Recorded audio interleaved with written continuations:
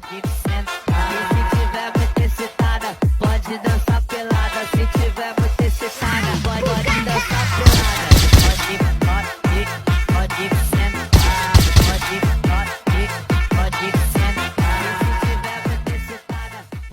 Assalamualaikum warahmatullahi wabarakatuh. Perkenalkan, nama saya Nopera Fitriani dengan NPM B1A022166 kelas D mata kuliah Hukum Pidana Adat.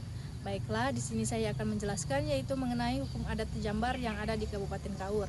Tejambar dalam hukum adat Kaur merujuk pada sistem nilai, norma, dan mekanisme penyelesaian sengketa atau pelanggaran adat yang bertujuan untuk memulihkan keseimbangan dan harmoni dalam masyarakat.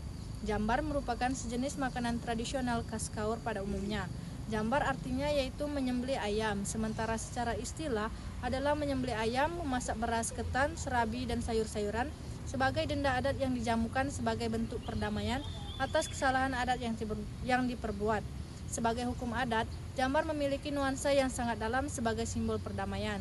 Tradisi hukum adat Jambar tidak hanya dapat dimaknai sebagai hukum saja, namun juga menghasilkan hal positif. Dalam perkembangannya, adat Jambar digunakan pada semua lapisan masyarakat Kaur sebagai hukum adat sosial.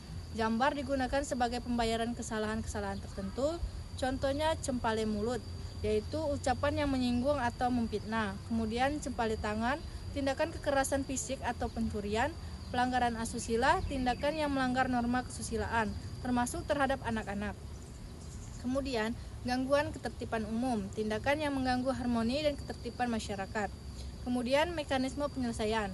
Dalam proses penyelesaian pelanggaran dalam hukum adat Tejambar melibatkan beberapa tahapan. Yang pertama, tahap investigasi awal. Setiap anggota masyarakat yang mengetahui atau menjadi saksi terjadinya tindak pidana melaporkannya kepada tokoh adat, biasanya ketua adat.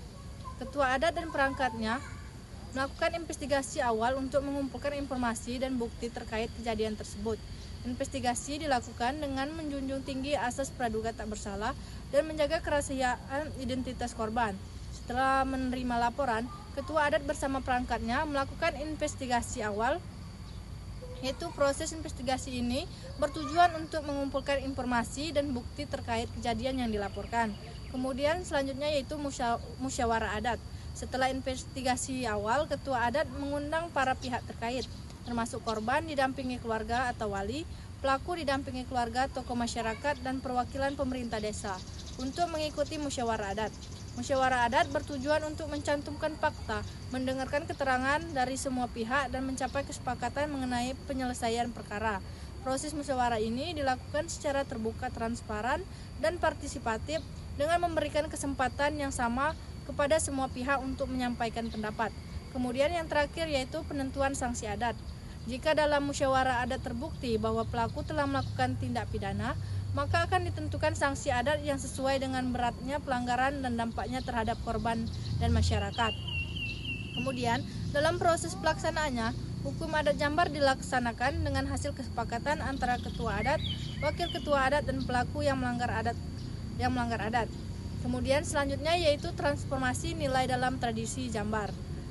Adalah usaha atau kegiatan yang dilakukan untuk tetap melestarikan atau mengembangkan nilai-nilai yang terkandung dalam budaya agar dapat menjawab kompleksitas permasalahan yang dialami oleh masyarakat.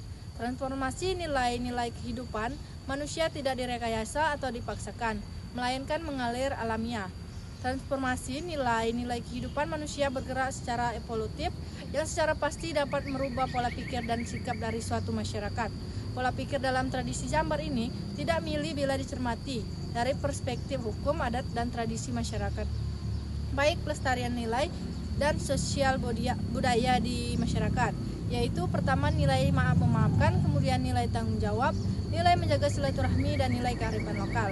Kemudian yang menjadi dasar aturan adat di Kabupaten Kaur yaitu Undang-Undang Simbur Cahaya. Baiklah, itu saja yang bisa saya sampaikan.